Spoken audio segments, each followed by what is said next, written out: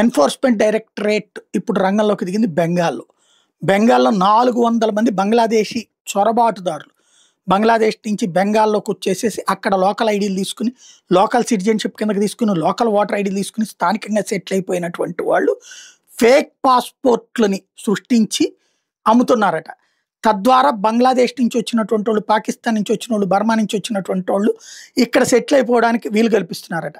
వీళ్ళకి సంబంధించి పోలీసులు ఇంతకుముందు పట్టుకున్నటువంటి దాన్ని బేస్ చేసుకుని ఆ సదర్ కంపెనీలది చెక్ చేస్తే 2 కోట్ల రూపాయలు ఇట్లా సంపాదించారట. ఫేక్ ఆధారు, పాను, ఓటర్ ఐడి వీటి ద్వారా ఇండియన్ పాస్పోర్ట్స్ సృష్టించి ఇచ్చేందుకు గాను, పాస్పోర్ట్ తెప్పించి ఇచ్చేందుకు గాను వీళ్ళు చేస్తున్న ఎఫర్ట్స్ ద్వారా 2 కోట్ల రూపాయలు వీళ్ళు సంపాదించారట. దాన్ని ఈడీ ఇప్పుడు స్వాధీనం చేసుకుంది. ఓవరాల్గా బెంగాల్లో జరుగుతున్నది దేశ ద్రోహులకి ఒక రాయల్ ఫ్లీట్ కిందకి తయారవుతుంది.